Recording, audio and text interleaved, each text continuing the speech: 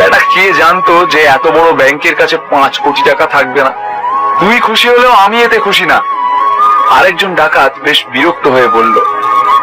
হঠাৎ করে যে লোকটা গাড়ি চালাচ্ছিল সে রিয়ার ভিউ মিরর দিয়ে তাকালো, আর তারপরেই তার মুখের এক্সপ্রেশন পুরোপুরি বদলে গেল। বস, একটা গাড়ি আমাদের পেছনে আসছে। মনে হচ্ছে ব্যাংকের যে লোকটা আমাদের সঙ্গে লড়াই করছিল সেই লোকটাই ওই গাড়িতে রয়েছে। গাড়িতে কি সত্যি নীল বসে আছে? কি হবে এরপর? নীল আর অবন্তিকা কি ওই ছোট বাচ্চা মেয়েটাকে বাঁচাতে পারবে? পুলিশ কি ডাকাত দলকে ধরতে পারবে? কাঁধে গুলি খাবার পরও নীল একটা বাচ্চা মেয়ের জীবন বাঁচাতে এত বড় ঝুঁকি নিল জীবনের।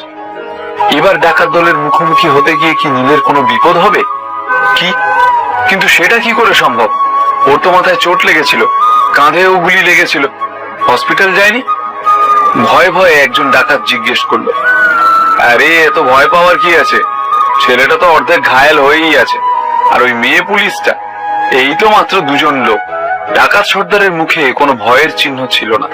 সে অর্ডার দিল, গাড়ি স্পিড বাড়া, আর আমাদের যা প্ল্যান ছিল সেটা ফলো কর। একবার আমরা ঠিক সময় নৌকার ঘাঁটি পর্যন্ত পৌঁছে যাই, তারপর ওরা চাইলেও আর আমাদের কিছু করতে পারবে না। ডাকাত সর্দার ওপরে ওপরে শান্ত থাকার ভান করলেও ভেতরে ভেতরে তারও বেশ ভয় হচ্ছে। আর ভয় করবে নাই বা কেন? ব্যাংকে নীলের মারপিট দেখে তাক লেগে গিয়েছিল ওর। গুলি খাওয়ার পরও সে সম্পূর্ণ স্বাভাবিকভাবে হেসে কথা বলছিল। বস, যদি আমরা ধরা পড়ে যাই তাহলে কি হবে? ওরা কি আমাদের মেরে ফেলবে? জিজ্ঞেস করলো সর্দারের অন্য একজন চেলা। বোকা ছেলে, ভুলে গেছিস আমি এখানে আসার আগে তোকে কি বলেছিলাম? সর্দার গম্ভীর ভাবে বলল। হতে পারে ছেলেটা লড়াইতে এক্সপার্ট, কিন্তু আমাদের কাছেও একজন হোস্টেজ আছে, আর যতক্ষণ আমাদের কাছে হোস্টেজ আছে ততক্ষণ আমাদের কেউ কিছু করতে পারবে না। নীল, আরো জোরে চালাও, তাড়াতাড়ি করো, ওরা আমাদের হাত থেকে ফসকে না যায়। না হলে আমায় গাড়ি চালাতে দাও। এই অবস্থায় কিভাবে চালাবে তুমি? অধৈর্য হয়ে অবন্তিকা বলে উঠল। কাঁধে গুলি খেয়ে মাথা ফাটা অবস্থাতেই ডাকাত দলের পিছু নিয়েছিল নীল। চিন্তা করো না, আগের বার আমরা যেই নৌকা ঘাঁটিতে গিয়েছিলাম সেটা বেশি দূরে না। আমার মনে হচ্ছে ওরা ওখানে গিয়েই থামবে। নিজের গাড়ির স্পিড বাড়িয়ে নীল কথাগুলো বলল। তুমি এক্ষুনি ফোন করে নিজের টিমকে সোজা নৌকা ঘাঁটিতে আসতে বলো। যদি ওদের গাড়িটাকে গঙ্গার ঘাটে ঢোকার আগেই ধরে ফেলা যায় তাহলেই বেশি ভালো হবে। আমার মনে হয় ওরা গঙ্গার ঘাটে গিয়ে সেখান থেকে নৌকা চুরি করে পালিয়ে যাওয়ার প্ল্যান করছে। এরা এখানকার নয়, বাইরে থেকে এসেছে, আই এম শিওর। নীলের মাথায় হঠাৎই বুদ্ধি খেলে গেল। নীল ইচ্ছে করলেই নিজের গাড়িটা আরো জোরে চালিয়ে ডাকাত দলকে ধরে ফেলতে পারে, কিন্তু ডাকাতদের সাথে একটা বাচ্চা রয়েছে। রাগে সেই হোস্টেজের কোন রকম ক্ষতি করবে না ওরা, সেই বিষয়ে কোনো নিশ্চয়তা নেই। আর তাছাড়া নীলের শরীরে এখন আগের মতো শক্তি ছিল না যে 5 জন লোকের সঙ্গে একাই লড়াই করতে পারবে। আর অবন্তিকার পক্ষেও 5 জনকে একা সামলানো সম্ভব নয়। তাই ওদের যত তাড়াতাড়ি সম্ভব ব্যাকআপ ফোর্স দরকার। এমন সময় অবন্তিকার চোখ নীলের শার্টের উপর গিয়ে পড়ল। নীলের শার্ট রক্তে ভিজে গিয়েছিল।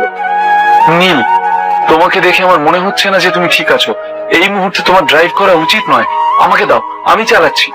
আমি ঠিক আছি, খুব একটা চিন্তা করার দরকার নেই।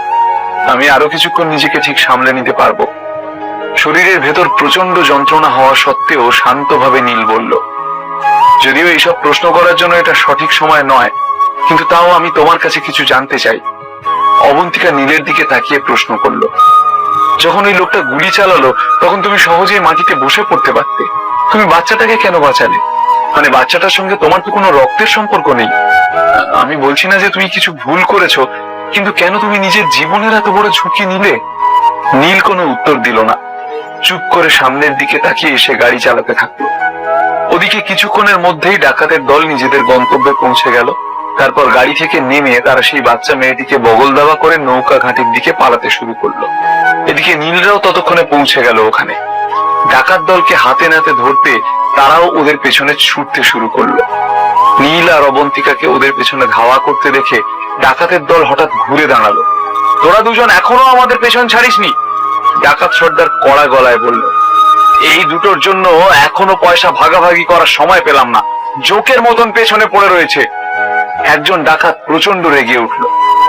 কোনো ব্যাপার না, এখন তো আমরা ওদেরকে মেরে তারপরেই পয়সা ভাগ করব।